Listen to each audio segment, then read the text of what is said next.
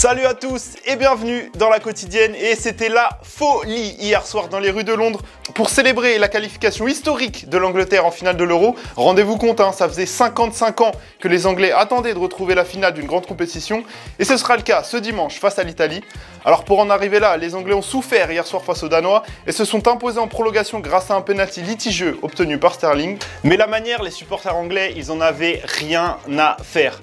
La preuve avec cette vidéo, regardez leur réaction sur le but d'Harry Kane et un conseil, baissez un peu le son.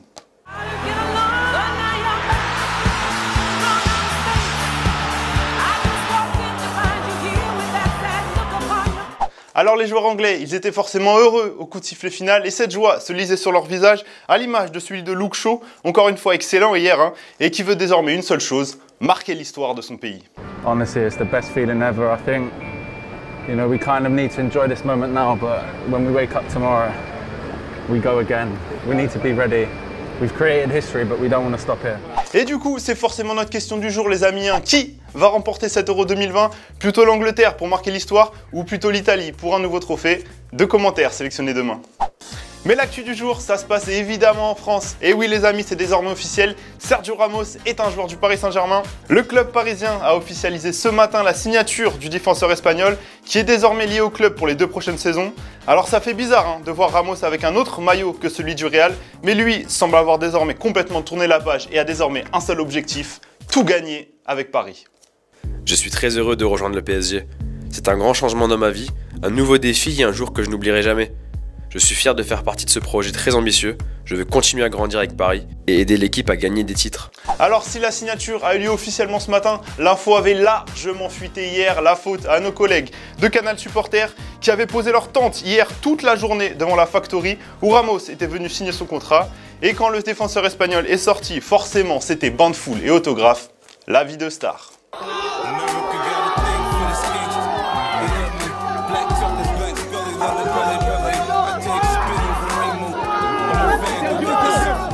Allez, on prend le TGV et on file du côté du sud de la France où Matteo Guendouzi a été présenté à Marseille. Le milieu français a fait face à la presse et a eu le droit à la question qui tue. Une question, je pense que tu devais sentir venir. Ça fait quoi de signer à l'OM pour un Titi parisien? Et Guendouzi, il s'est pas démonté, au contraire. J'habitais à Saint-Germain-en-Laye, donc c'était le club de la ville. Donc comme tout jeune qui habite dans une ville, forcément il va jouer dans le club de sa ville. Mais aujourd'hui je suis focalisé seulement sur l'Olympique de Marseille. Je suis ici pour faire de très grandes choses avec l'équipe. Et j'ai déjà reçu un grand amour de la part de beaucoup de Marseillais.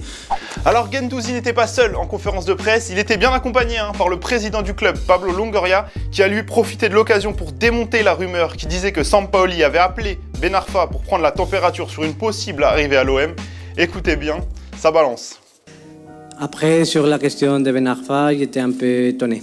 J'apprécie pas du tout. C'est surtout de rendre public des conversations individuelles. Et en plus, on peut dire d'utiliser l'OM pour des fins personnelles. Sur ça, je tiens à avoir en précision que c'était Ben Arfa qui a contacté Sampaoli et pas au contraire. Allez, toujours dans une ambiance mercato, il y a une vidéo qui nous a fait rêver hier.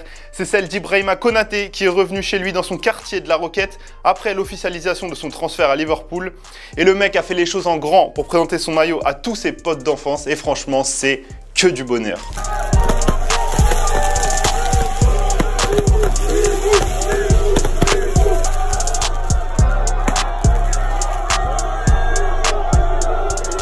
Allez, les réponses à la question que vous posiez Licia hier, est-ce que quelqu'un est capable de concurrencer le PSG cette année?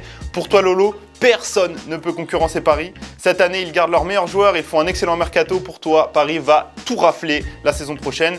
Et toi, de ton côté, Monsieur Nihi, tu penses que l'OM peut concurrencer le PSG, notamment grâce à leur mercato de feu et surtout qu'ils ont la rage de vaincre pendant les Classicos? Réponse dès le 7 août prochain à la reprise de la Ligue 1.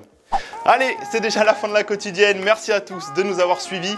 Demain, vous retrouverez Clément à la présentation. Et ouais, on fait tourner l'effectif, c'est la fin de saison, c'est aussi ça la quotidienne, c'est que de l'amour, n'est-ce pas Adam? Que du love. Que du love, c'est ça, c'est le principal. En attendant, prenez soin de vous. Nous, on se quitte en images et en musique. Ciao!